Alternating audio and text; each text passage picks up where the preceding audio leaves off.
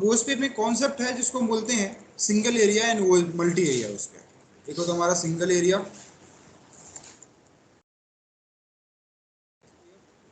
Multi area उसका।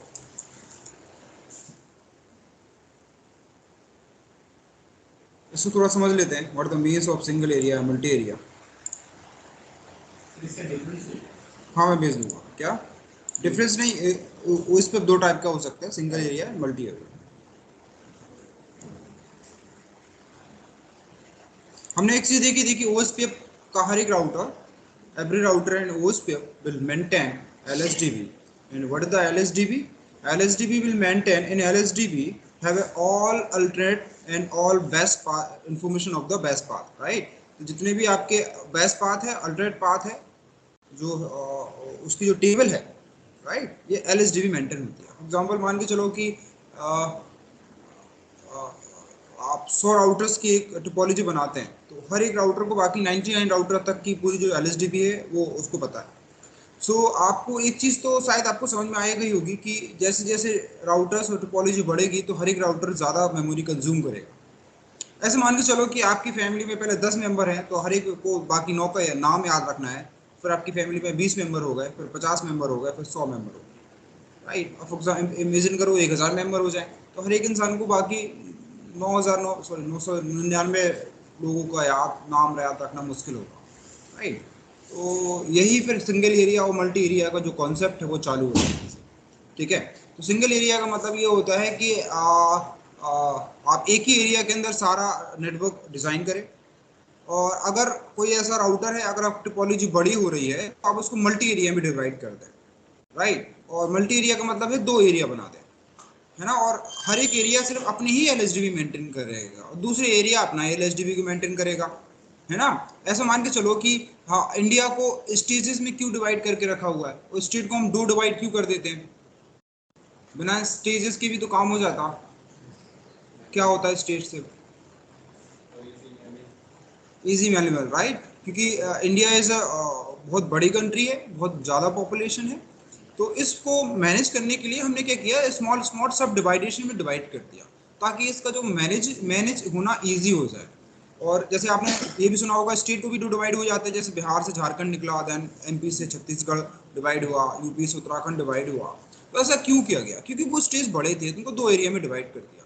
तो एक स्टेज को सिर्फ अपने ही स्टेज को देखना, उसको नेबर को नहीं देखना, अपने पड़ोसी स्टेज को नहीं देखना, राइट। तो सेम मल्टी एरिया का कॉन्सेप्ट है। तो जब आपके राउटर्स बहुत ज्यादा हो जाए, आपका टोपोलॉजी बहुत ज्यादा बड़ी हो जाए, तो उसको आप क्या करो, मल्टी एरिया में डिवाइड कर दो। और एक एरिया में सिर्फ जो एक एरिया में कोई राउटर होगा, सिर्फ वो अपनी ही डेटाबेस टेबल को मेंटेन करेगा, उसके दूसरे एरिया की डेटाबेस टेबल मेंटेन करेगा, और दूसरे एरिया वाला अपना डेटाबेस टेबल मेंटेन करेगा। तो उससे फायदा क्या होगा, हम राउटर को आउट ऑफ मेमोरी होने से बचाएंगे, राइट। नेटवर्क को ऑप्टिमाइज कर पाएंगे आप, ताकि आपका नेटवर्क का परफॉर्मेंस अच्छा रहे। ठीक है। क्योंकि देखो, सिर्फ रीचेबिलिटी मैटर नहीं करती, परफॉर्मेंस भी मैटर करता है, नेटवर्क को ऑप्टिमाइज भी करना पड़ता है, राइट। ऑप्टिमाइज जैसे मान के चलो रीचेबिलिटी है, गूगल खुल रहा है आपका, यूट्यूब खुल रहा है, लेकिन वो एक वीडियो प्ले कर रहा है तो वो स्लो खुल रही है, आराम से खुल रही है, राइट। तो बेस्ट पाथ के साथ साथ हमें एक ऐसा पाथ भी तो देना होगा जिसमें स्पीड अच्छी हो, मतलब डेटा ज़्यादा बेटर से, डिले कम हो, है ना। तो ये सब चीज़ें मैटर करती हैं। तो अगर राउटर बिजी हो जाएगा तो ट्रैफिक आपका अपने आप स्लो हो जाएगा, राइट। तो एक काम करना, होमिस मॉडेम से 10 लैपटॉप कनेक्ट करना, सब में इंटरनेट स्लो चलेगा।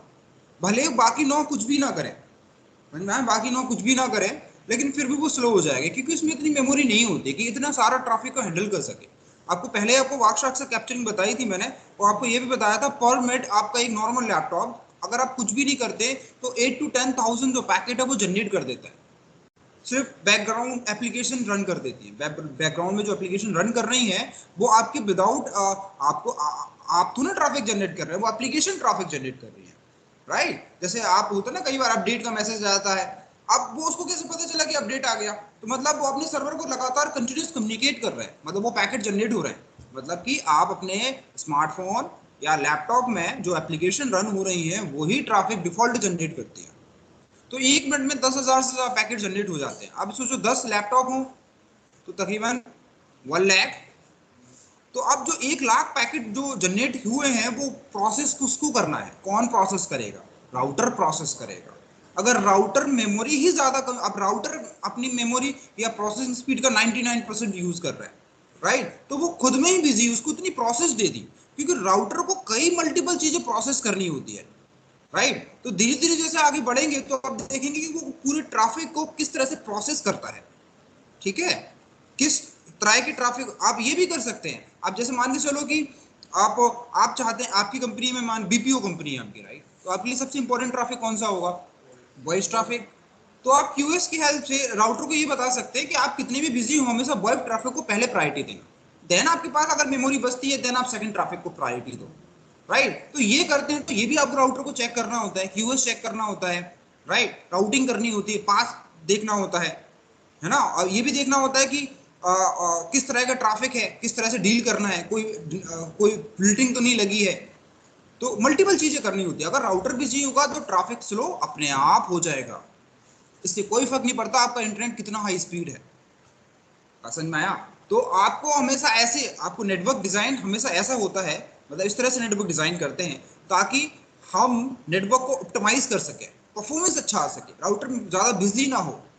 तो यही ओएसपीएफ का मल्टी एरिया कॉन्सेप्ट है। अगर आपकी टोपोलॉजी ज्यादा होती है तो आप उसको मल्टी एरिया में उसको डिवाइड कर दो। समझ में आया? तो अगर आप एक ही एरिया बनाएंगे तो कहलाएगा सिंगल एरिया ओएसपीएफ। जैसे मान के चलो इंडिया में एक ही स्टेज है तो कहलाएगा सिंगल एरिया। अगर इंडिया को मल्टीपल स्टेज में डिवाइड कर दिया तो कहलाएगा मल्टी एरिया। बात समझ में आया? अब जब डिवाइड करने के कुछ रूल्स तो होंगे। अगर एक ही एरिया बनाएंगे, जैसे इंडिया कंट्री है, वो पूरी इंडिया को एक ही स्टेज बनाया तो सिंगल एरिया, अगर उसको मल्टी स्टेज बनाया तो मल्टी एरिया। नाम से समझ में आ रहा है, single area and multi area. अब देखो, इंडिया में जब स्टेज डिवाइड करते हैं तो उसके कुछ रूल्स तो होते हैं ना डिवाइड करने के। ऐसा तो ना होगा कि मन हुआ ऐसा मन कर रहा है कि कुछ भी ऐसे डिवाइड कर दिया, मेरा नाम लिखने का मन कर रहा है, अपने नाम के हिसाब से स्टेट डिवाइड कर दिया, ऐसा नहीं होता, कुछ रूल्स रेगुलेशन है। उसी तरह ओएसपी भी है कि जब आप एरिया बनाएंगे तो आपको किन रूल्स को फॉलो करना है, और यहाँ पे कुछ नई टर्म्स चालू होते हैं तो उन टर्म्स को समझ लेते हैं। ये टर्म्स बहुत इंपॉर्टेंट है क्योंकि इंटरव्यूअर इन्हीं टर्म्स के हिसाब से आपसे क्वेश्चन पूछता है, ठीक है। तो पहले इन टर्म्स को देख लेते हैं, कितने तरह के टर्म्स होंगे ओएसपीएफ में।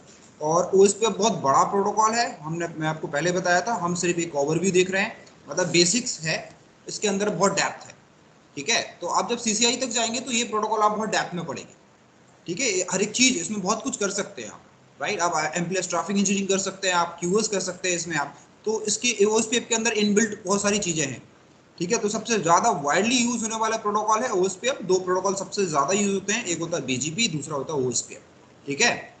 आईएसपी नेटवर्क में भी, इंटरप्राइज नेटवर्क में भी, ठीक है। और यह जब एक और स्पेसिफिक डेटा सेंटर डिजाइन में यूज किया जाता है। तो हर कंपनी के पास डेटा सेंटर होना है, राइट।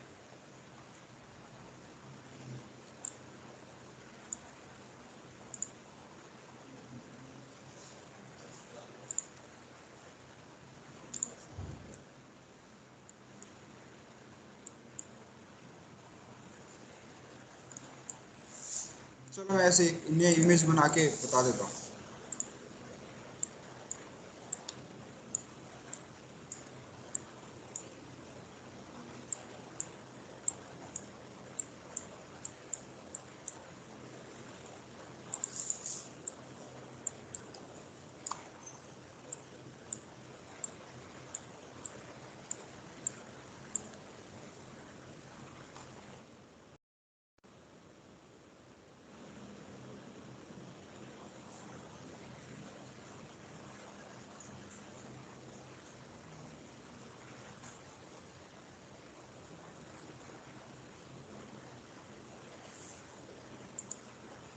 फॉर एग्जाम्पल यहाँ मान के चलो कि यहाँ पे 200 राउटर्स हैं, राइट, इधर भी 200 राउटर है, तो आपकी 400 राउटर की टोपोलॉजी बन गई।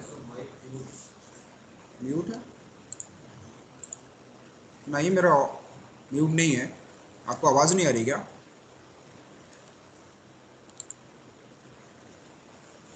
ओ वहाँ नहीं, यहाँ पे अलग है, ठीक है। सो यहाँ पे फॉर एग्जाम्पल मान के चलो आपके 400 राउटर हैं। अब हर एक राउटर को बाकी 399 राउटर्स की टोपोलॉजी मेंटेन करनी पड़ेगी। तो आप क्या करते हैं, यहाँ पे इनको है ना डिवाइड कर देते हैं। और एरिया क्या है, एक लॉजिकल डिवाइडेशन है। स्टेजेस जो है इंडिया में, जो दिल्ली है, यूपी है, ये क्या है, लॉजिकल डिवाइडेशन तो है, फिजिकल तो नहीं है, राइट। ऐसा तो नहीं कि दीवार बना दी या फिर कुछ भी फिजिकल परमानेंट हो गया, बाउंड्री चेंजेस हो सकती हैं, ठीक है। उसी तरह कंट्री की बाउंड्री चेंजेस हो सकती है, उसी तरह स्टेट्स की बाउंड्री चेंजेस हो सकती है। ये सब लॉजिकल कॉन्सेप्ट है, राइट, बेटर एडमिनिस्ट्रेशन के लिए। जैसे अर्थ को कंट्रीज में स्टेट्स ने डिवाइड किया है, क्यों? ह्यूमन बेटर एडमिनिस्ट्रेशन करने के लिए, राइट, ताकि इंसान को बेटर मैनेज किया सके। क्योंकि ह्यूमंस की जब तक लीडर ना हो तो हमें पता ही नहीं होगा करना क्या है। तो हमेशा हमें एक लीडर की जरूरत होती है, ठीक है। वही हमें बताता है, गाइड करता है कि एक्चुअली करना क्या है। ऐसा नहीं होगा तो जो लीडर है उसी तरह ऑटोनॉमस सिस्टम नंबर एक तरह से मान के चलो कि ऑटोनॉमस जो कंट्रीज हैं उसी तरह ऑटोनॉमस सिस्टम्स, जो इंडिया के स्टेजेस हैं वो एरियाज। ऐसा क्यों किया? बेटर नेटवर्क ऑप्टिमाइज करने के लिए, अच्छा परफॉर्मेंस के लिए, है ना, इजी मैनेजेबल के लिए, ट्रबल शूटिंग के लिए, ठीक है। ऐसे बहुत सारे की फैक्टर हैं जिनके कारण हम ये सब चीजें करते हैं। सो यहाँ पे मैंने मल्टी एरिया डिवाइड कर दिया। तो अब देखो यहाँ पे कुछ राउटर ऐसे हैं, अब इनका नाम देना पड़ेगा एरिया का, कुछ नाम तो देना पड़ेगा।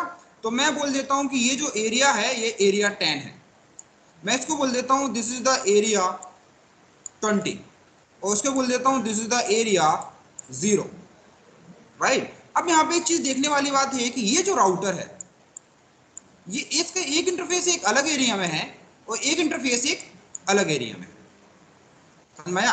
और ये एक राउटर है जिसके सारे इंटरफेस एक सिंगल एरिया में ही है, बात समझ में आया? तो ऐसा राउटर जिसकी एक इंटरफेस किसी दूसरे एरिया का पार्ट हो और एक इंटरफेस किसी दूसरे एरिया का पार्ट हो, राइट, तो इस तरह के राउटर को हम बोलते हैं एबीआर राउटर, एरिया बॉर्डर राउटर, ठीक है। एरिया बॉर्डर राउटर का मतलब क्या होगा? जो दो डिफरेंट एरिया को हैंडल कर रहा, दो या दो से ज्यादा, ज्यादा भी हो सकते हैं, बस समझ में आया?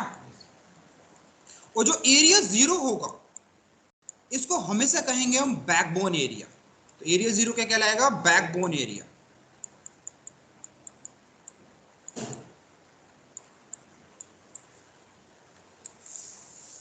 और जो एरिया 0 नहीं है, जैसे कि एरिया 10, 20, 30 आप जितने भी बनाए, एरिया 0 हमेशा बैकबोन कहलाएगा। और जो एरिया 0 नहीं है वो कहलाएंगे नॉन बैकबोन, ठीक है। तो एरिया 10 और 20 क्या कहलाएंगे? Non backbone.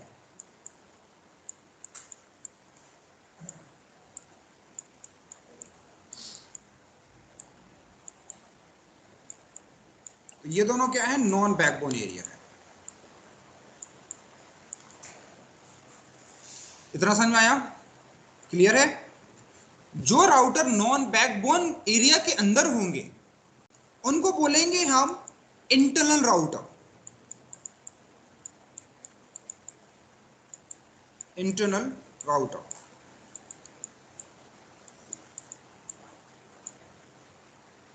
जो राउटर बैकबोन एरिया के अंदर होंगे उसको कहेंगे हम बैकबोन राउटर।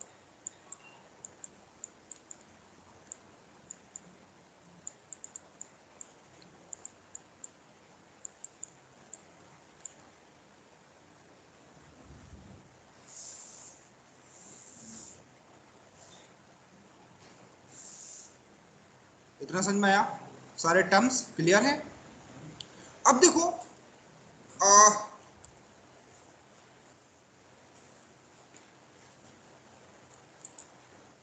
साफ कर दूं।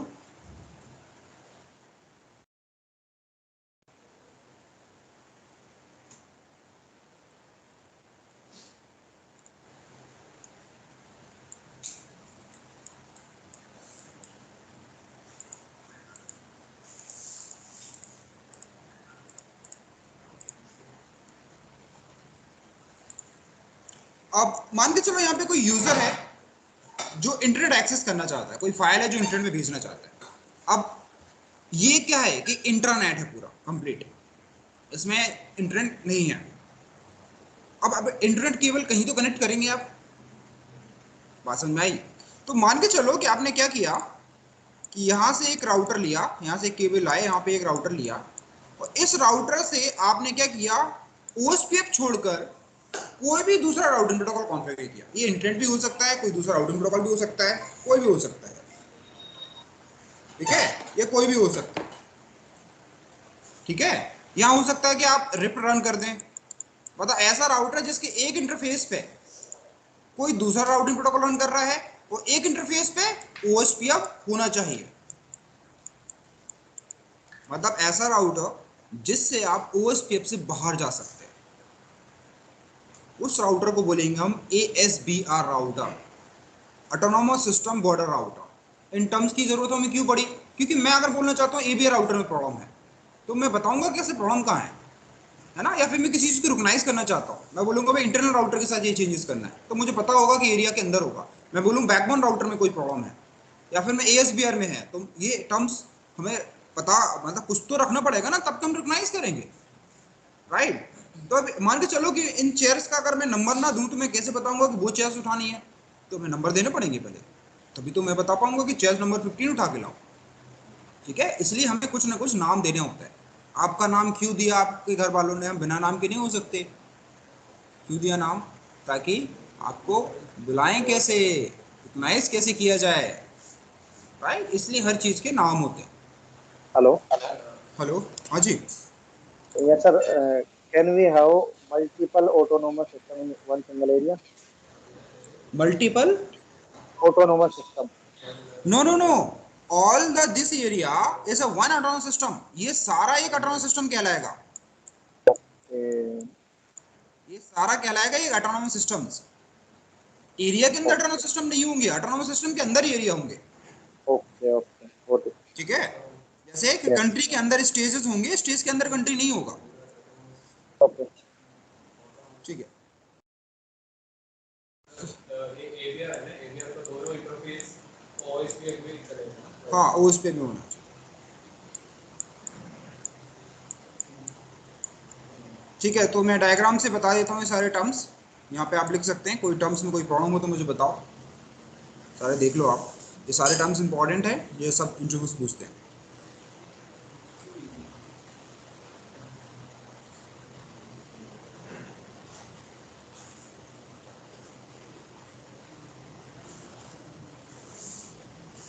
अगर ये पूछे what the concept concept of multi area in OSPF, concept क्या होगा कि कॉन्सेप्ट क्या है मल्टी एरिया का, क्यों मल्टी एरिया बनाए? Reduce the load in router. ठीक है, राउटर पे लोड को रिड्यूस करने के लिए, for optimize the network, right. और नेटवर्क को ऑप्टिमाइज करने के लिए हम मल्टी एरिया बनाते हैं। और वो सिस्को रिकमेंड करता है आप किसी भी एरिया में 200 से ज्यादा, 200 राउटर से ज्यादा ना रखें। अगर आपके 200 से ज्यादा राउटर हैं एक एरिया में तो राउटर पे ज्यादा लोड्स पड़ेगा, आपका नेटवर्क स्लो हो जाएगा, परफॉर्मेंस डिप हो जाएगा। ये रिकमेंडेड है, बट ऐसा कोई रूल नहीं है। मेरी बात समझना, ऐसा कोई रूल नहीं है कि एक एरिया में 200 राउटर ही रख सकते हैं, आप कितने भी रख लो। ठीक है, बट रिकमेंडेड है कि आप 200 से ज्यादा ना रखें। बट जो एबीआर होगा ये सारा एलएसडीबी मेंटेन करेगा। ये देखो, जो एबीआर होगा ना, ये एरिया 0 की भी एलएसडीबी मेंटेन करेगा और एरिया 10 की भी एलएसडीबी मेंटेन करेगा, क्योंकि ये जो राउटर एबीआर राउटर क्या है, ये दोनों एरिया को हैंडल कर रहे हैं। समझ में आया? तो आपको जो मेमोरी वाला राउटर कौन सा रखना पड़ेगा, एबीआर और एएसबीआर, जो आपको अच्छी मेमोरी रखने पड़ेंगे। आप विद इन द एरिया आप लो एंड सीरीज की भी राउटर्स यूज कर सकते हैं। समझ में आया? क्लियर है क्या है सिंगल एरिया मल्टी एरिया? अब देखो ओएसपीएफ को एरिया को क्रिएट करने के दो रूल हैं। ये दोनों रूल्स पढ़ो फिर मैं समझाता हूँ। ये क्या है? Rules for design the OSPF topology.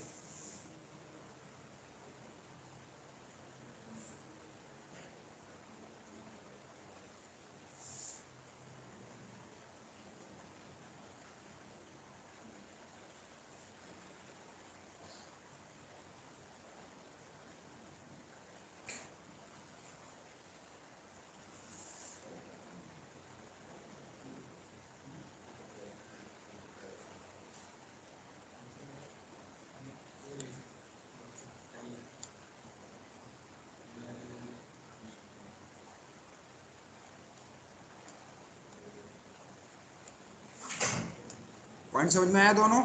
चलो समझ लेते हैं। पहला क्या बोल रहा है, backbone area means area 0 should have to present, मतलब ये आपका प्रेजेंट होना ही चाहिए। तो backbone area is a compulsory और नॉन बैकबोन आर ऑप्शनल। मतलब आपको एरिया 0 बनाना ही है। अगर आप नॉन बैकबोन नहीं बनाते हैं दैट्स ओके, बट आपको बैकबोन बनाना ही है। एरिया 0 हमेशा होना चाहिए। और नॉन बैकबोन एरिया क्या है? ऑप्शनल। बनाना तो बनाओ, नहीं बनाना तो नहीं बनाओ, ये डिपेंड करेगा आपकी नेटवर्क रिक्वायरमेंट पे, आपकी जरूरत पे। तो नॉन बैकबोन एरिया क्या है? ऑप्शनल है। उनकी रेंज कहां से कहां देख सकते हैं हम? 1 से लेकर 65535 इतनी नॉन बैकबोन एरिया बना सकते हैं आप। दूसरा क्या बोल रहा है कि नॉन बैकबोन एरिया हमेशा बैकबोन से ही कनेक्ट होना चाहिए, चाहे वो फिजिकली हो चाहे वर्चुअली हो। फॉर एग्जाम्पल यहाँ पे एक डायग्राम देख लो। मान के चलो कि मैं यहाँ पे एक एरिया बना देता हूँ, इसका जो नाम है मैं एरिया 30 दे देता हूँ। अब जो एरिया 30 है क्या एरिया 0 से कनेक्टेड है? नहीं है। हमेशा नॉन बैकबोन का ट्रैफिक बैकबोन से ही होके निकलेगा, ये पॉइंट ध्यान रखना। नॉन बैकबोन का ट्रैफिक, जैसे मान के चलो इस पीसी को एरिया 20 के साथ कोई ट्रैफिक कुछ भेजना है, हाई मैसेज भेजना है या पिंग कर रहा है, ये पीसी इस पीसी को पिंग कर रहा है, ये दोनों क्या है? Non backbone. तो नॉन बैकबोन का ट्रैफिक हमेशा बैकबोन से ही होके निकलेगा। दो नॉन बैकबोन डायरेक्टली कभी भी कनेक्ट कम्युनिकेट नहीं कर सकते, ठीक है? तो आप जब भी कोई एरिया बनाएंगे तो आप नॉन बैकबोन से कनेक्ट नहीं कर सकते, आपको कहां कनेक्ट करने पड़ेंगे? बैकबोन से ही कनेक्ट करना पड़ेगा। आप बैकबोन से कितने भी एरिया बना सकते हैं, 65,000 से ज्यादा, लेकिन जो भी कनेक्ट होगा बैकबोन से ही कनेक्ट होगा। लेकिन मान के चलो ऐसी कोई कंडीशन होती है कि आपको नॉन बैकबोन से एक नॉन बैकबोन कनेक्ट करना है, तो आपके पास एक दूसरा ऑप्शन है कि आप यहां से एक वर्चुअल टनल क्रिएट कर सकते हैं, इसको बोलेंगे वर्चुअल लिंक। तो फिजिकली वो एरिया 20 से कनेक्टेड होगा पर वर्चुअली वो एरिया 0 से जाएगा, राइट? तो इनका जो ट्रैफिक होगा वो कुछ इस तरह से जाएगा। मान के चलो यहाँ पे कोई यूजर है एरिया 30 में, और जो कि यहाँ पे किसी दूसरे यूजर को कम्युनिकेट करना चाहता है, तो आपका जो ट्रैफिक होगा पहले एरिया 0 में जाएगा, देन एरिया 0 से होते हुए फिर वो एरिया 20 में जाएगा। मतलब ट्रैफिक आपका एरिया 0 से ही होके आएगा, भले फिजिकली वो डायरेक्टली कनेक्टेड है। देखो नेटवर्क फिजिकली और दिख सकता है कुछ अलग, और वर्चुअली वो अलग तरीके से काम करेगा। जिस तरह हम, इसलिए यहाँ पर दो टर्म्स होते हैं, एक होता है अंडरले नेटवर्क, एक होता है ओवरले नेटवर्क। आगे जैसे आगे बढ़ेंगे तो वर्चुअलाइजेशन को देखेंगे किस तरह से वर्चुअली नेटवर्क काम करता है। तो फिजिकल पे ही वर्चुअल काम कर, जैसे मान के चलो कि यहाँ पे कोई सर्वर रखा है, देखने में एक सर्वर रख रहा है आपको, हो सकता है वर्चुअली उसके अंदर 100 मशीन रन कर रही हूँ, 100 मशीन उसके अंदर रन कर रही हो सकता है उसके अंदर अपने क्लाउड बना रखा हो सकता है उसके अंदर 10 फायरवॉल हो, पर फिजिकली वो आपको एक ही बॉक्स दिख रहा है,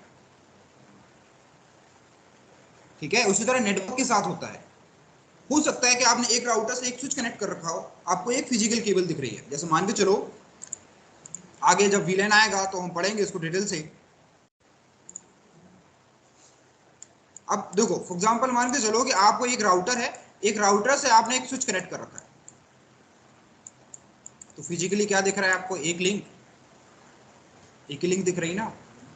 पर वर्चुअली आप एक ही सिंगल इंटरफेस को मल्टीपल इंटरफेसेस में डिवाइड कर सकते हैं। वर्चुअली हो सकता है इसके 10 इंटरफेसेस हो,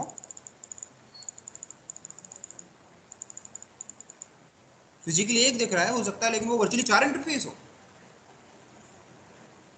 राइट? तो आप राउटर के एक सिंगल इंटरफेस को मल्टीपल सब इंटरफेस में डिवाइड कर सकते हैं, वर्चुअली एक लिंक बना सकते हैं अंदर। तो हो सकता है आपको दो राउटर या दो स्विचेस दिखाई दे रहा हो, लेकिन उनका जो वर्चुअली नेटवर्क हो वो बहुत कॉम्प्लेक्स हो। कॉन्फ़िगरेशन आपको वर्चुअल टोपोलॉजी देख के करनी होती है, ना कि फिजिकल टोपोलॉजी देख के करनी होती है।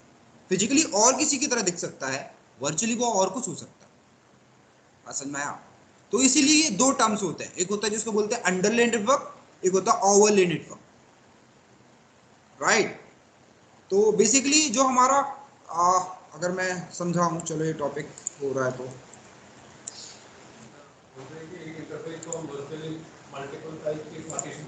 बिल्कुल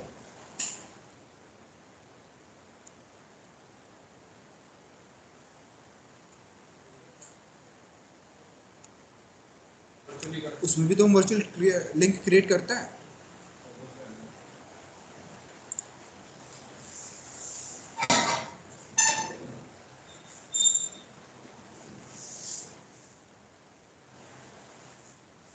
पढ़ो दोनों की डेफिनेशन, अंडरले, ओवरले।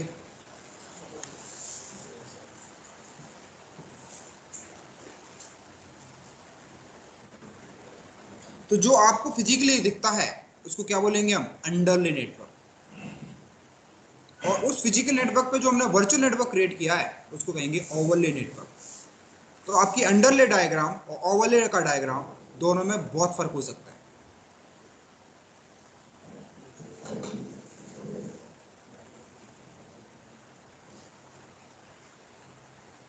ठीक है, तो अगर कोई पूछे what is the underlay and what are the difference between underlay and overlay, तो क्या होगा, underlay is a physical network, overlay is a virtual network which is created in physical network. है तो वो फिजिकल में ही, मतलब फिजिकल पे ही एक हमने वर्चुअल नेटवर्क क्रिएट किया। अब जैसे कि मान के चलो मैंने अपने लैपटॉप में VMware डाला, VMware में मैंने लिनक्स भी डाल दिया, काली लिनक्स भी डाल दिया, उबुंटू भी डाल दिया।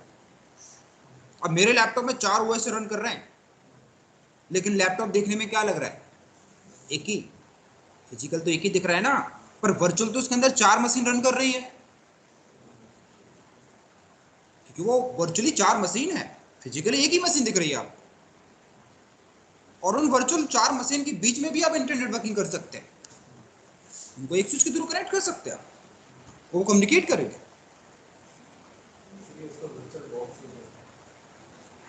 हाँ, VMware वर्चुअल बॉक्स, मैं आपको वर्चुअलाइजेशन को जो टर्म्स है उसको समझा रहा हूँ। वर्चुअलाइजेशन बहुत बड़ी टेक्नोलॉजी है, पूरा क्लाउड इस पे रन करता है। क्लाउड क्या है, इज अ वर्चुअलाइजेशन। ठीक है, तो ये मैं आपको इतना समझाने की कोशिश कर रहा हूँ वर्चुअलाइजेशन है क्या, बेसिक्स। ये पूरा एक डिफरेंट ट्रैक है, आप पूरे एंटायर लाइफ इस ट्रैक में काम कर सकते हैं। तो नया enterprise is a different track. तो सीसीएनए में आप सब कुछ मिक्स करते हैं, लेकिन सीसीएनए के बाद आपको एक्चुअली जो डेस्टिनेशन होगा वो आपको डिसाइड करना पड़ेगा कि किस एक्चुअली ट्रैक में आगे बढ़ना चाहते हैं। आपके पास मल्टीपल ऑप्शन है, जिसमें इंटरेस्ट हो उसी को आगे कंटिन्यू कर सकते हैं। ठीक है, अगर आपको वर्चुअल पसंद आ रहा है, वर्चुअलाइजेशन अच्छा लगता है, तो then you can go in cloud in virtualization, उसमें भी बहुत अच्छा फीचर है। अगर आपको सिक्योरिटी में अच्छा लगता है तो you can go for security, right. अगर आपको कंपनी के अंदर ही काम करना अच्छा लगता है तो you can go for infrastructure network, routing में मजा आता है, राउटिंग के कॉन्सेप्ट में मजा आता है, राइट। तो आप उसको यूज उसमें आगे बढ़ सकते हैं। और जो भी ट्रैक आप चूज करेंगे पूरे एंटायर लाइफ उसी ट्रैक में काम करते रहें, क्योंकि वो इतने वाइड टॉपिक्स हैं, वाइड डिटेल्स हैं उनमें, कि आप 10-20 साल काम करेंगे तब भी आप उसको लर्न ही करते रहेंगे। ठीक है, तो ये मान के चलो कि जब आप 20 साल हो जाएगा तब एक्चुअली आपको उसको डेप्थ पता चलेगा कि ये चीजें कैसे काम कर रही है, तब आप कैपेबल होंगे उसमें कोई चेंजेस करने के लिए। मतलब आप कैपेबल होंगे उसमें कोई नया अपडेट के लिए या नया चेंजेस करने के लिए, क्योंकि उस टाइम आप पूरी डेप्थ में जा चुकेंगे पूरे ये एक्चुअली काम कैसे करता है। पसंद आए किसी भी एक टेक्नोलॉजी में, तो आप कोई भी एक चीज पकड़ सकते हैं, बहुत सारे हैं, आपकी इच्छा है। ठीक है, पर एक ध्यान रखना, इस फील्ड में आपको पढ़ना बहुत ज़रूरी है। विदाउट स्टडी इस फील्ड में कुछ नहीं होता। जिनको पढ़ने से डर लगता है उनके लिए ट्रैक नहीं है, राइट। आप इमेजिन करो, मुझे यहाँ पे इस इंडस्ट्री में 10 साल हो गए, मैं आज भी पढ़ता हूँ, बुक्स है मेरे पास, मैं वीक में 1 या 2 दिन मैं शुरू बनाता हूँ और उनको मैं पढ़ता हूँ, राइट। इस फील्ड में सब कुछ अच्छा है, एक ही ड्रॉबैक है। और आपको लगता है कि आप 5 साल बाद नहीं पढ़ पाएंगे, तो आप उसी पोजीशन पे स्टक हो जाएंगे, क्योंकि तो आप अपना करियर स्टार्ट कर रहे हैं, it's not for 1 year 2 year, it's not for 5 year 4 year. समझा, आप 35 के होने के बाद आप ट्रैक चेंज नहीं कर पाएंगे। तो इस टाइम आप किस में जाना चाहते हैं, you have to decide it, right. और जिस ट्रैक में एक बार आगे बढ़ जाएं, 30 से ऊपर हुए तो पीछे मत मुड़ना। अगर आप पीछे मुड़ेंगे बहुत पीछे चले जाएंगे। तो इस एज में आपको अपना फ्यूचर डिसाइड करना बहुत ज़रूरी है ना। तो ऐसा नहीं है कि मैं ये बोल रहा हूँ इसी फील्ड में करियर बनाओ, सारी चीज़ें एक्सप्लोर करो, राइट। आप नहीं आ रहा, आपको फोटोग्राफी में इंटरेस्ट है तो फोटो खींचना चालू कर दो, बट आपको एक कोई करियर तो डिसाइड करना पड़ेगा। ठीक है, तो एक बार आप डिसाइड करें 30 पार हो जाएं तो फिर वापस जाने के कोई चांस नहीं है। अगर आप वापस आएंगे ट्रैक चेंज करेंगे तो यकीन मानो कम से कम आप 10 साल वेस्ट करेंगे। तो जो आप पोजीशन 40 ईयर पे गेन करेंगे वो आप पोजीशन गेन करेंगे रिटायरमेंट के टाइम। बात समझ में आया। तो आप जो करियर स्टार्ट कर रहे हैं ये अपनी पूरी एंटायर लाइफ के लिए कर रहे हैं। तो पढ़ने की आदत डालना बहुत अच्छी आदत है। अगर आप बुक्स पढ़ने की आदत डालते हैं तो यकीन मानो ये फील्ड में हम बहुत सक्सेस होंगे, राइट। आपको 90 लाख का पैकेज, आपने कभी सुना है? मिलता है इसमें एक टाइम बाद। आपने 1 करोड़ का पैकेज सुना है? बिल्कुल मिलता है, 1 करोड़ पर एनम। बेंगलोर में जाओ, दिल्ली में, गुड़गांव में जाओ, बंदे देखो जो 20-20 साल का एक्सपीरियंस है, 15 साल का, जो इंडस्ट्री में काम कर रहे हैं, उनका पैकेज जाके पूछो। मैं नहीं बता रहा हूँ, आपका कोई पहचान में, वहाँ जाके पूछना उससे कि आपका पैकेज कितना है, राइट? 2-5 साल वाले एक्सपीरियंस से नहीं, एटलीस्ट जो 15 ईयर्स 20 ईयर एक्सपीरियंस हो गया, जो IT इंडस्ट्री या सॉफ्टवेयर इंडस्ट्री में काम कर रहा है। खैर वो एक अच्छी पोजीशन पे होंगे, वो पोजीशन उनने रातों रात गेन नहीं की है, मेहनत की है, टाइम लगाया, अपनी लाइफ दी है, तब वो उस पोजीशन पे गेन किया। और उसमें कोई फायर करने वाला नहीं होता, क्योंकि पूरी कंपनी वही रन करते हैं।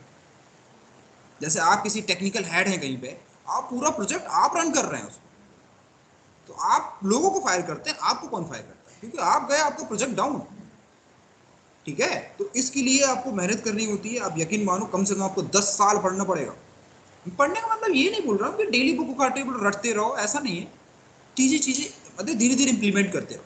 एक बुक लो, अब जैसे सीसीन एक बुक है, मैंने 1 साल में खत्म की थी उसको, 2000 पेजेस 1 साल में खत्म किए थे। अगर आप वो 2000 पेजेस 3 महीने में खत्म कर लेते हैं, तो आप मुझसे ज्यादा इंटेलिजेंट हैं। बात समझ में आए? तो हमेशा बुक प्रेफर करो, क्योंकि देखो, ये ग्रेजुएशन 10-12 नहीं है कि आपको हर चीज पढ़ाने का ट्रेनर मिल जाएगा। सीसीएन पे 10 ओके, ये तो आपको हर जगह मिल जाएंगे। लेकिन अभी जो बहुत सारी लेटेस्ट टेक्नोलॉजी ऐसी होती है, राइट, जिनके ट्रेनर्स नहीं मिलते, वो सिर्फ आप बुक से पढ़ सकते हैं, या फिर आप ऑर्गेनाइजेशन में काम करने के लिए जाएंगे, जो कंपनी वाले ट्रेनर, जैसे सिस्को ने न्यू टेक्नोलॉजी लॉन्च की, टीसीएस सिस्को का राउटर यूज करता है, तो सिस्को से टीम आएगी जो टीसीएस के जो जो एम्प्लॉय होंगे उनको ट्रेन करेंगे। लेकिन आपको उनकी ट्रेनिंग तब समझ में आएगी जब आपका बेसिक्स क्लियर होगा। एक्सपीरियंस होने से नॉलेज नहीं होती इसमें। जब तक आप नहीं पढ़ेंगे, आप 10 साल का एक्सपीरियंस होंगे। बहुत सारे ऐसे बंदे हैं जिनको आईटी में 10 साल का एक्सपीरियंस है, 5 साल का एक्सपीरियंस है, फिर स्टिल वो सीसीएनए कर रहे हैं, क्योंकि उनने सिर्फ प्रैक्टिकल को ही उन्हें लगा कि बस जो होता ना, जैसे आईटी को ऐसा मत समझना जैसे नॉर्मली कोई कुछ कुछ बनाता है। जैसे मान के चलो कि मैं शूज बनाता हूँ, तो अपने बच्चों को सब कुछ बता दूंगा कैसे बनाते हैं। इसमें बिना थ्योरी के आप नहीं सीख सकते, भले आपका 10 साल एक्सपीरियंस हो जाए। जब तक आपको थ्योरी नहीं पता उसकी, उस आप कभी नहीं पता कर पाएंगे उसके अंदर क्या काम चल रहा है, हो क्या रहा है उसके अंदर। इसलिए इसमें थ्योरी बहुत इंपॉर्टेंट होती है, थ्योरी दैन प्रैक्टिकल, राइट। मतलब जो आप पढ़ रहे हैं उस हर चीज को वेरीफाई करो। ये जब आदत डालेंगे तो ही आप इस फील्ड में सक्सेस हो पाएंगे। देखो, सब आदमी की सक्सेस के मतलब अलग अलग होते हैं। आपका क्या मतलब है सक्सेस का, तो ये आपको डिसाइड करना पड़ेगा। कई लोगों को एक जॉब मिल जाए, दैट्स उनका सक्सेस है। कई लोगों को कुछ अलग होता है, कुछ का अलग सक्सेस है। तो ये तो आपको डिसाइड करना पड़ेगा कि आपका सक्सेस का मतलब क्या है। खैर, आदमी कभी भी सक्सेस नहीं हो पाता, क्योंकि उसकी जो जो जो इच्छाएं होती हैं वो बढ़ती जाती हैं। हो सकता है आज के लिए, अभी करंट टाइम में आपका सक्सेस होगा कि किसी एमएनसी में जॉब मिल जाए आईटी में, तो वो आपके लिए सक्सेस होगा, मे बी। लेकिन जब वो जॉब मिल जाएगी तो आपका सक्सेस का जो मीनिंग हो वो चेंज हो जाएगा। तो ये जो सक्सेस का meaning time to time change होता है। पर जो भी मीनिंग आप रखें, अच्छा रखें और हमेशा उसके लिए काम करें, दैट इज इम्पोर्टेंट। ठीक है, सपने देखना बुरा नहीं है, लेकिन उन सपने को पूरा ना करना ये बुरा है। ये पर आप अपने साथ, अपने आप के साथ ईमानदार नहीं है। ड्रीम देखो, बिल्कुल देखो, उसके लिए काम भी करो। कई लोग होते हैं सिर्फ देखते हैं, उनको देखना अच्छा लगता है, ये थोड़ा सा बुरा होता है उस टाइम। तो आई थिंक आपको कुछ चीजें समझ में आई होंगी, बेसिक्स। तो मेरा सिक्योरिटी ट्रैक है, सिक्योरिटी इंटरप्राइज, वही उसी में अच्छा लगता है। मैं किसी दूसरे ट्रैक को नहीं ज़्यादा चढ़ता, इसलिए मुझे लिनक्स थोड़ा बहुत आता है, कर्नल भी आता है, बट मैं उसमें जाना नहीं चाहता। मेरा है सिक्योरिटी एंड एंटरप्राइज। सिक्योरिटी में हैकिंग नहीं, मेरा है network security, enterprise solutions, enterprise network security solutions, right. तो आगे वाले टाइम में मैं जो अपनी जिस पोजीशन में देखना चाहता हूँ, मैं कंपनी के जो अंदर जो जितने भी लूप होल्स होते हैं उनके सॉल्यूशंस देना चाहता हूँ, राइट। क्या सॉल्यूशन होगा, नेटवर्क को ऑप्टिमाइज कैसे कर सकते हैं, राइट। वो पता है, जो ऑर्गेनाइजेशन वाले इन एक्सपर्ट को बुलाते हैं, जैसे मेरी जो कजन सिस्टर है, कैनेडियन बैंक ने उन्हें स्पेसिफिक इनवाइट किया था। किसके लिए? कि वो उस नेटवर्क को स्कैन करें, पूरे बैंक के नेटवर्क को स्कैन करें, वनरेबिलिटीज बताएं, और बताएं कि क्या बेटर होगा, किस तरह का कॉन्फ़िगरेशन बेटर होगा, सिर्फ 1 वीक के लिए, 1 वीक के लिए। और उनका जो जो जो जो होता है ना वेलकम, वो बहुत अच्छा वेलकम था। मतलब जो उन्होंने सुनाया था, मैं अभी सुनाऊंगा तो मैं पूरा टाइम चला जाएगा, बहुत अच्छा लगा था, मुझे भी सुन के लगा। तब मुझे लगा कि नहीं यार, ये अच्छी पोजीशन है, राइट। उस टाइम आप जो इनवाइट करते हैं, जो कोई भी ऑर्गेनाइजेशन आपको, तो आपको ऐसा लगता है कि कुछ टाइम के लिए आप सीईओ हैं इस कंपनी के, मतलब आप ही मालिक हैं, है ना, क्योंकि वो आप पे डिपेंडेंट है। आप अच्छा सोल्यूशन देंगे तो डेफिनेटली देना ही पड़ता है आपको। अच्छा सोल्यूशन नहीं देंगे तो फिर बेइज्जती हो जाएगी, बुलाया क्यों था, इतनी इज्जत दी, कुछ करके नहीं गए। खैर, वो बुलाते तब है जब उनको यकीन हो जाता है कि आप एक्सपर्ट है। वो आप टाइम टू टाइम आपको होता है, जैसे जैसे एक्सपीरियंस होता है आपको होता है। ये network security, cyber security, ethical hacking, तीनों में डिफरेंस? देखो, तीनों को जो टास्क हैं वो अलग है। नेटवर्क सिक्योरिटी में वो बेसिकली आप काम करते हैं firewalls and VPNs, infrastructure network पे काम करते हैं, infrastructure, right, within the organisation. VPNs पे काम करते हैं, ब्रांच कनेक्टिविटी पे काम करते हैं, राइट। जो बेसिकली सॉल्यूशंस क्या हो सकते हैं, सिक्योरिटी वनरेबिलिटीज को देखना, तो नहीं, ये नेटवर्क सिक्योरिटी है। आप कभी भी अटैक नहीं करते, किसी पे भी अटैक नहीं करते, राइट। तो ये डिफेंस का काम है एक्चुअली, ठीक है। और जो साइबर सिक्योरिटी में सब कुछ आ जाता है, नेटवर्क सिक्योरिटी वाला एंड पॉइंट से उसको कोई मतलब नहीं है। अगर कोई विंडो लूपहोल्स होगा तो वो मेरा वो हेडेक नहीं है। कोई एप्लीकेशन में है कोई प्रॉब्लम होगी तो वो मेरा हेडेक नहीं है, वो हेडेक है साइबर सिक्योरिटी वाली टीम का।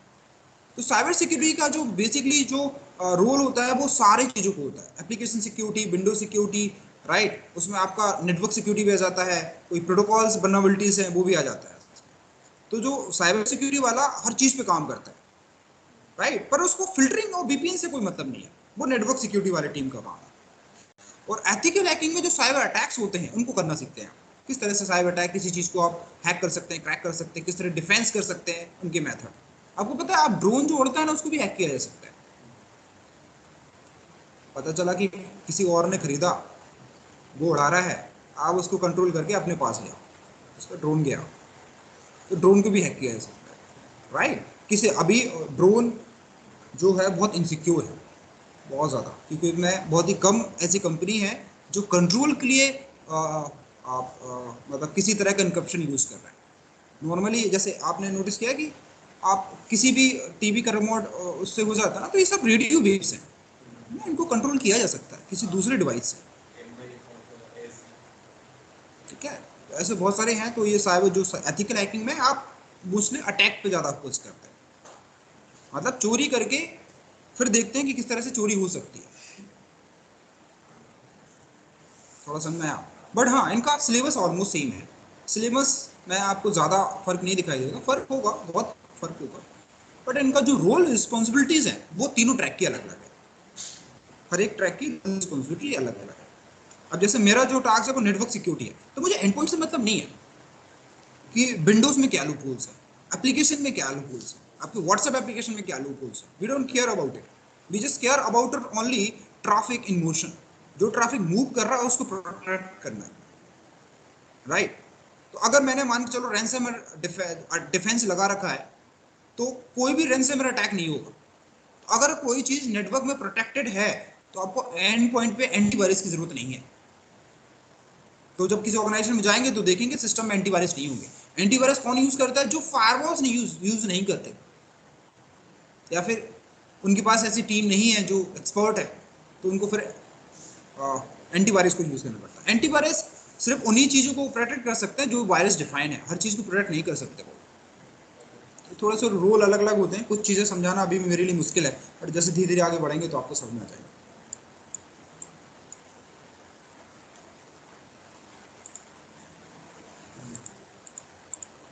ठीक है, सो यहाँ पे हम पढ़ते हैं कि क्या क्या पैरामीटर्स मैच होना चाहिए जब दो राउटर आपस में नेबर एडजेंसी फॉर्म करेंगे। तो ये जो 5 पैरामीटर हैं, 6, ये मैच होने चाहिए। एक एरिया आईडी मैच होने चाहिए, स्पेशल एरिया बनाया है तो वो मैच होने चाहिए, प्रीफिक्स मैच होने चाहिए, हेलो टाइम इंटरवल मैच होना चाहिए, डेट टाइम इंटरवल मैच होना चाहिए, नेटवर्क टाइप मैच होनी चाहिए, और ऑप्शनल ऑथेंटिकेशन है, अगर आपने ऑथेंटिकेशन इनेबल कर रखा है तो ऑथेंटिकेशन मैच होना चाहिए। ऑथेंटिकेशन का मतलब ये होता है, देखो ऑथेंटिकेशन मतलब ये है, मान के चलो एक राउटर से आपने दूसरा राउटर कनेक्ट किया यहाँ पे, तो आप यहाँ से केबल हटा के दूसरे पे भी तो लगा सकते हैं ना। समझ में आया?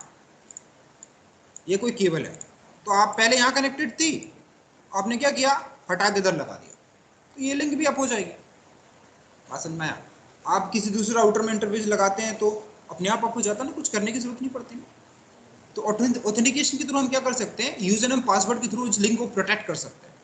अगर कोई उस लिंक को हटा के किसी दूसरे राउटर में हार्डवेयर में कनेक्ट करता है और उसको पासवर्ड नहीं पता, वो लिंक कभी अप नहीं होगी।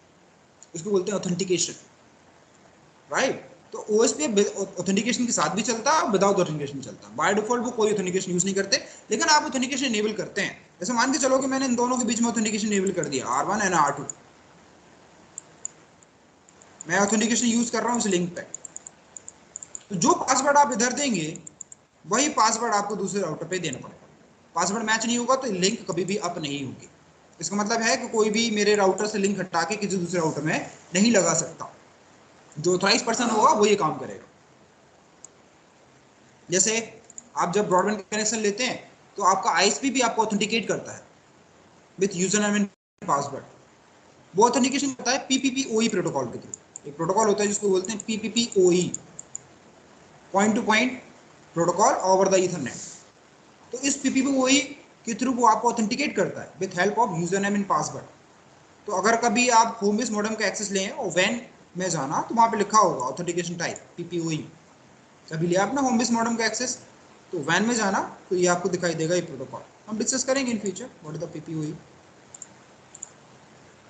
ठीक है, समझ में आया। अब ये इसके नेवर स्टेजेस हैं। ये नेवर स्टेजेस आपको याद रखना है। पहला होता है down, initial, two way, start, exchange, loading and full. ठीक है, तो ये 7 तरह के नेवर स्टेजेस में होते हैं। और इसमें मल्टी टाइप के एलएसएस होते हैं, जैसे router LSA, network LSA, network summary LSA, ASBR summary LSA और एक्सटर्नल एलएसए। ये एलएसए टाइप्स है। ठीक है, तो डिफरेंट टाइप के एलएसएस इसमें होते हैं।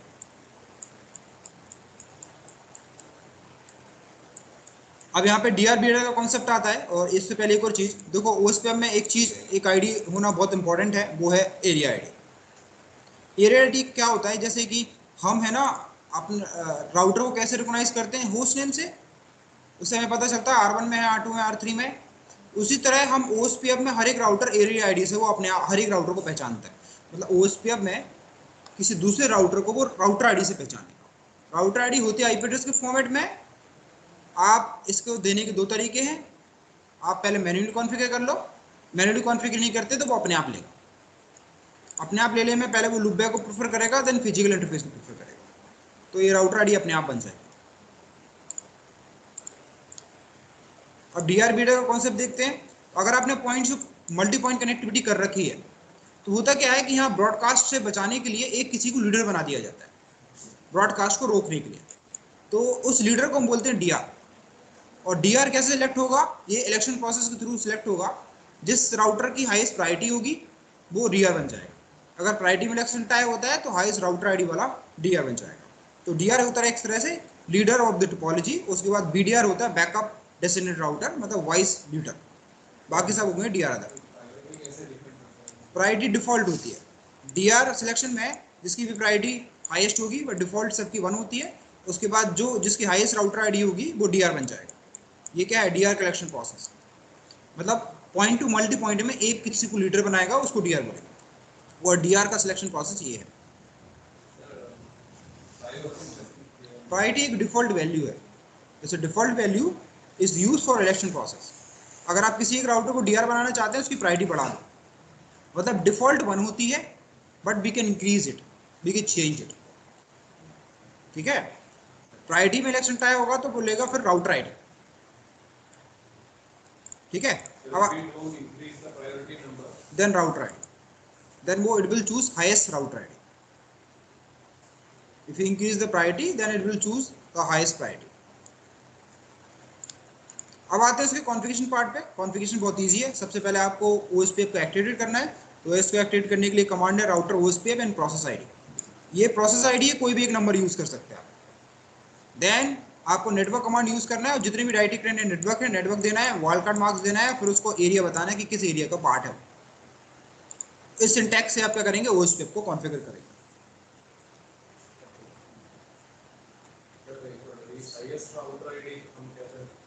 वो आप मैन्युअली भी दे सकते हो, वो अपने आप भी चूज करेगा। देखो मैन्युअली देना है तो उसके लिए कमांड ही है router ID, right. Router ID command से जो आईपी आप देना चाहते हैं वो दे सकते हैं। अगर आप नहीं देंगे तो वो सबसे पहले लूप बैक को प्रेफर करेगा, highest loop back. Highest loop back नहीं है तो हाईएस्ट फिजिकल इंटरफेस आएगी। इस तरह से वो राउटर आईडी इलेक्ट करेगा। ऐसा है। अगर आप मैन्युअली देंगे तो वो अपने आप चूज नहीं करेगा, अगर आप मैन्युअली नहीं देते हैं तो वो अपने आप चूज करेगा। ठीक है, तो मैं एक टोपोलॉजी बना लेता हूँ उस पेप की और उसको हम कॉन्फ़िगर करके देख लेते हैं।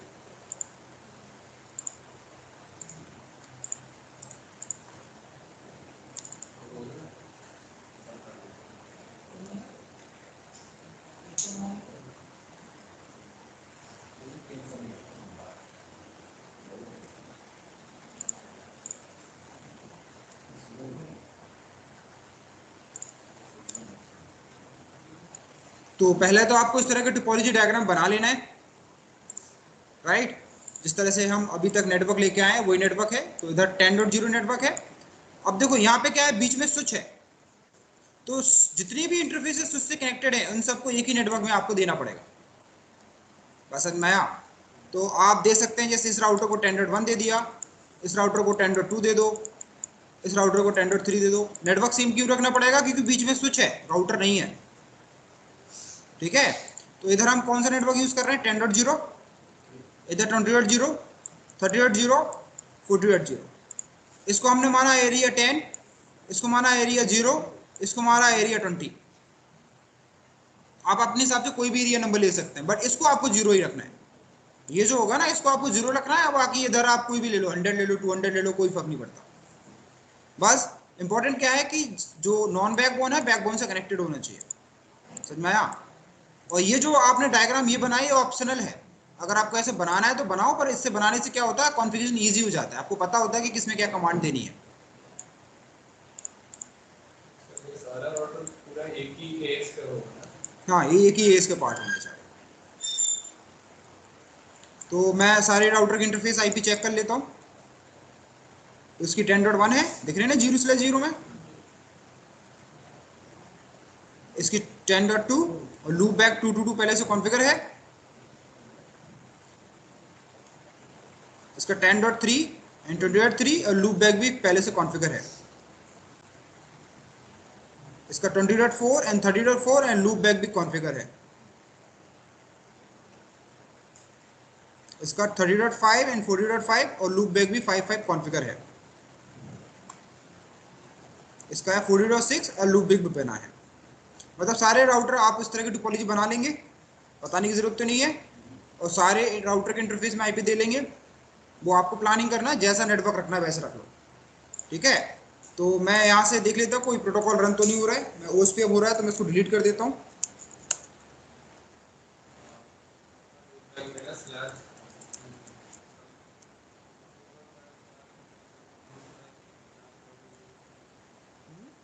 बैक लूप बैक हमें 32 में ही देना, ऑलरेडी यूज्ड इन 32।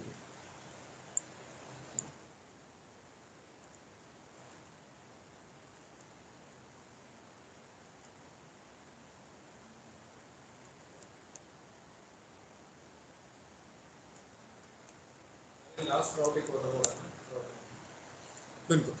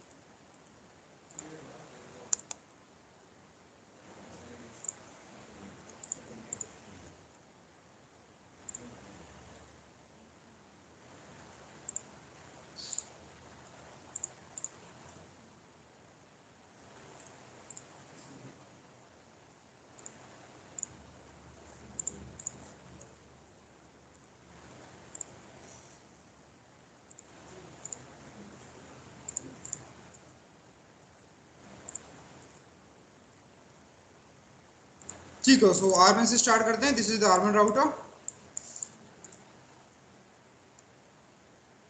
तो उसमें कोई प्रोटोकॉल नहीं है अभी, सो आईपी प्रोटोकॉल से वेरीफाई कर लेता हूँ। सो आईपी प्रोटोकॉल, तो कोई प्रोटोकॉल नहीं है, ना कोई राउट है। ठीक है, पर इसमें लूप बैक पहले से कॉन्फ़िगर है। सो आईपी इंटरफेस ब्रीफ, इंटरफेस में आईपी है और लूप बैक है। और लूप बैक पहले कॉन्फ़िगर कर लें, ध्यान रखें इंटरफेस आईपी और लूप बैक पहले दें, देन राउटिंग प्रोटोकॉल कॉन्फ़िगर करें। ये प्रॉपर पे होता है। तो सबसे पहले हमें देना है राउटर ओएसपीएफ। कोई भी प्रोसेस आईडी ले लो, मैंने वन ले लिया। देन नेटवर्क कमांड आपको यूज करना है। कौन सा आईडी कनेक्ट नेटवर्क है? 10.0। Then wild card marks, then area. किस एरिया में माना हमने इस लिंक को? 10। ठीक है, ये जो लिंक है एरिया 10 का पार्ट है ना, तो यही मैंने यहाँ पे दिया। दूसरा नेटवर्क कौन सा हमारा? लूप बैक, तो इसलिए देंगे 1.1.1.1 wild card marks all bit 0, then area. Area इसका भी क्या है? 10। हो गया, बस R1 खत्म। चलते हैं R2 पे।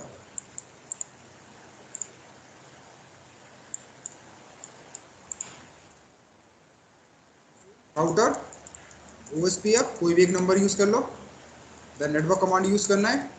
एक ही आईडी का नेटवर्क है, 10.0 वाइल्ड कार्ड मार्क्स एरिया। ठीक है, दूसरा क्या है हमारा? Loop back. अब देखो उसके पास एक मैसेज भी आ गया, लॉग मैसेज।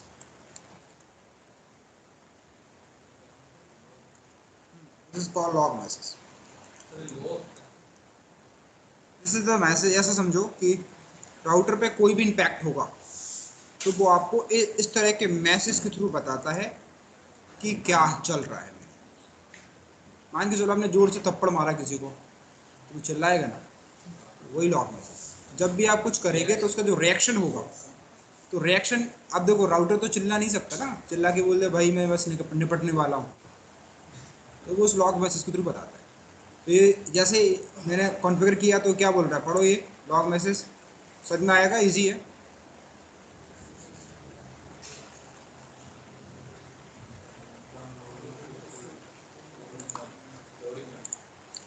बिल्कुल, सबसे पहले ये बता रहा टाइम कि किस टाइम पे लॉग आया। फिर बता रहा है ओएसपीएफ एडजेंसी। जो लॉग मैसेज है ये ओएसपीएफ से रिलेटेड है, और एडजेंसी का मतलब कि नेबर रिलेशनशिप से रिलेटेड है। ये क्या है? Log level. आपको स्टार्टिंग में याद हो मैंने बताया था लॉग लेवल, ध्यान है? इस लॉग लेवल के थ्रू ये पता चलता है कि ये जो लॉग मैसेज है ये किस प्रायोरिटी का है। तो इसके लॉग लेवल होते हैं 0 से लेकर 7, जिसमें लॉग लेवल जो 5 होता है ना, ये नॉर्मल नोटिफिकेशन होते हैं। सबसे क्रिटिकल होता है 0 वाला। देखो 0 होता है बिल्कुल इमरजेंसी, ऐसा मान के चलो कि कोई निपटने वाला है। राउटर बिल्कुल जब क्रिटिकल कंडीशन में होगा, इमरजेंसी में, तो वो लॉग 0 के साथ आपको मैसेज देगा। लॉग 1 होता है वार्निंग, अलर्ट, वार्निंग होती है, इस तरह से लॉग लेवल होते हैं। तो जितना हाई लॉग लेवल होगा उसको आप इग्नोर कर सकते हैं, जितने लो लेवल के होंगे उस पर आपको एक्शन लेना पड़ेगा। जैसे राउटर का फैन खराब हो गया तो लॉग 2 के साथ आपको बताएगा कि my fan is not working. Fan नहीं काम करेगा तो राउटर हीट करेगा। टेम्परेचर बढ़ जाएगा तो लॉग 1 के साथ बताएगा। ठीक है, तो इस तरह से होता है। देन बता रहा है प्रोसेस आईडी 1, मतलब ओएसपीएफ की जो प्रोसेस आईडी 1 का रिलेटेड मैसेज है। बोल रहा नेवर मेरा 111, मेरा एक नेवर मुझे पता चला, मतलब मैंने एक राउटर से दोस्ती की, उसका राउटर आईडी है 1.1.1.1। उससे दोस्ती किसकी? मेरे लोकल इंटरफेस 0 से की। मैंने एक फ्रेंडशिप की, एक इसको बोलेंगे adjacency. I found a new adjacency, और उस नेबर राउटर की राउटर आईडी है, मतलब उसका नाम, ओएसपीएफ के हिसाब से नाम, उसका नाम नेम है, मतलब राउटर आईडी है 1.1.1.1, जो कि मेरे लोकल इंटरफेस 0 से कनेक्टेड है। और उसकी जो नेबर स्टेटस है वो लोडिंग टू फुल हो गया। मैंने पढ़ा था ना, फुल नेबर स्टेटस, फुल मतलब सब कुछ एक्सचेंज कर लिया। अब समझ आया लॉग मैसेज का? तो ये पूरे लॉग मैसेज का हर एक सिंटैक्स, हर एक वर्ड का एक मतलब होता है। ठीक है, तो ये होगा कॉन्फ़िगर R2। चलते हैं R3। अब R3 कौन सा राउटर है? ABR। ABR है ना, तो पहले तो राउटर वो इसके बंद दे देते हैं। एक तो नेटवर्क हमारा 10.0, एरिया क्या हो गया 10, दूसरा नेटवर्क क्या है हमारा 20.0,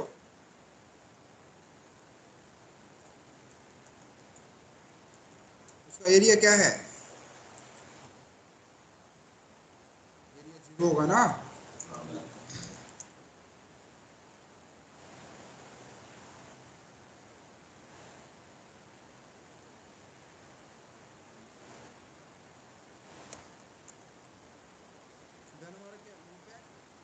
को किसी भी डाल दो, एरिया 0 में डाल दो, एरिया 10 में डाल दो, एरिया 10 में डाल दो,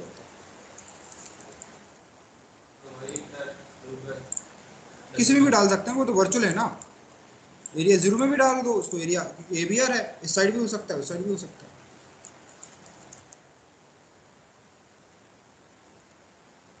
अब ये हमारा बैकबोन राउटर है, इसमें दो डायरेक्टली कनेक्टेड नेटवर्क है 20 एंड 30, दोनों किसमें, एरिया 0 में।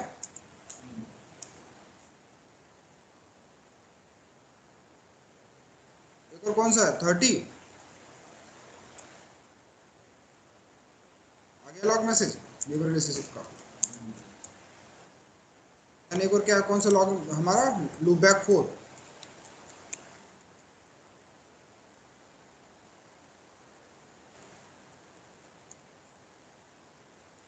फिर हो गया कॉन्फ़िगर। इस पे चलते हैं R5, ये भी एबीआर राउटर है।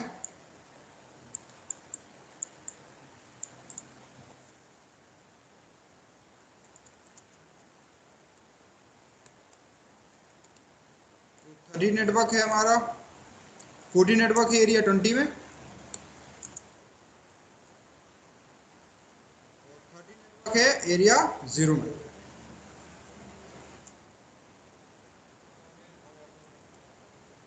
समराइज नहीं करता नेटवर्क, ये जो अभी डिफॉल्ट समराइज करते हैं नेटवर्क को, बट ये डिफॉल्ट समराइज नहीं करता।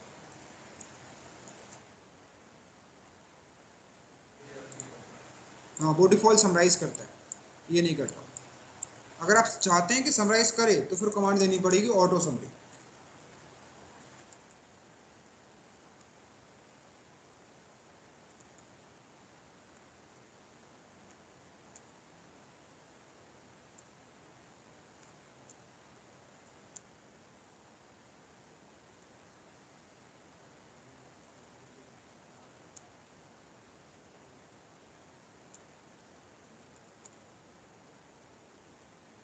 ठीक है, कॉन्फ़िगर।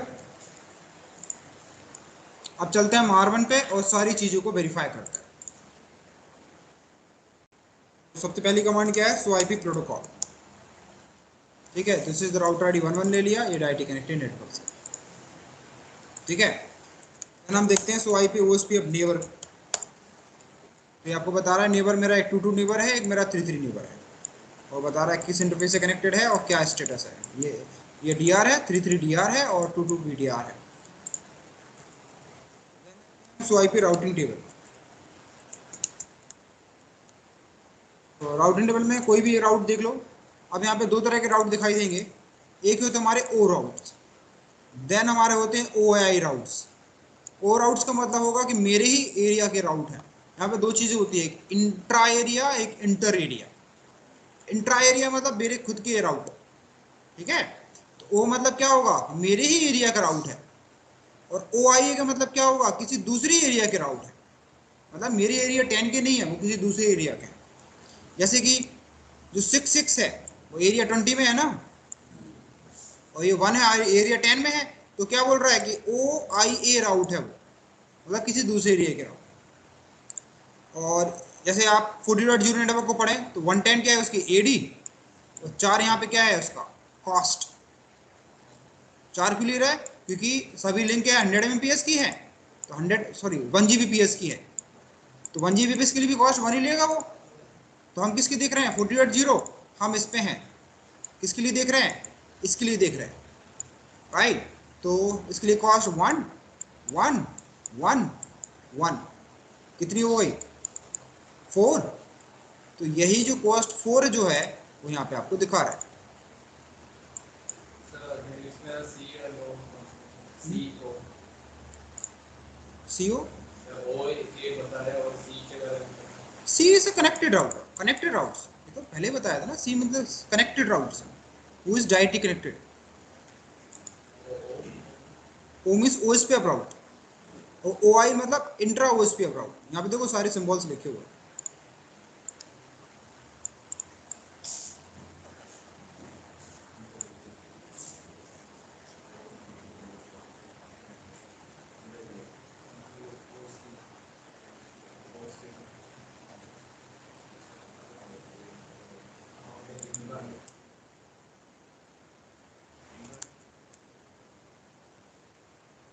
OSPF का क्वेश्चन पुट करके आप उसके नेबर देख सकते हैं, इंटरफेस देख सकते हैं, डेटाबेस देख सकते हैं, बॉर्डर राउटर देख सकते हैं। जैसे आपको बॉर्डर राउटर देखना है तो कमांड होगी SOIP OSPF बॉर्डर राउटर, तो बता देगा मेरा 333 जो है वो बॉर्डर राउटर है।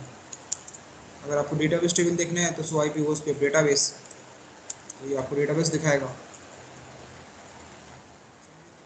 SOIP OSPF समरी,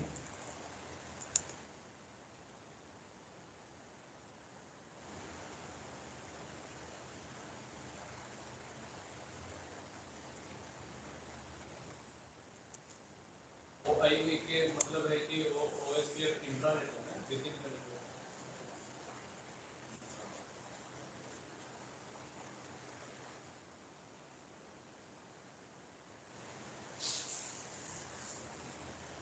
ठीक है, समझ में आया? ओके, सो उस पे में इतना ही था। तो हमारे इसी के साथ राउटिंग खत्म हो गई। तो कल आपकी क्लास नहीं है, आपकी नेक्स्ट क्लास मंडे को है, और नेक्स्ट वीक आपकी सिर्फ ऑनलाइन क्लासेस है, ऑफलाइन क्लास नहीं है, आपको शायद पहले ही बताया था। ठीक है, तो आपकी क्या, हाँ वो मैसेज में कर दूंगा। तो आपकी नेक्स्ट क्लास कब है? 30 को, 30 को सेम टाइम पर ऑनलाइन है। तो जो नेक्स्ट वीक होगा 30, 31 और 1 एंड 2, जो नेक्स्ट वीक रहेगा सारा ऑनलाइन रहेगा। ठीक है, इसमें हो सकता है एक क्लास नाम मैं बता दूंगा, जो भी शेड्यूल होगा आपको पहले मैसेज कर दूंगा। ठीक है, नेक्स्ट, और लैब तो आप कभी भी कर सकते हैं, आपकी इच्छा है कभी भी आके आप लैब कर सकते लूप का मतलब उसका लॉजिक हैं। Loop back is a virtual interfaces, you can say is virtual interfaces. ठीक है,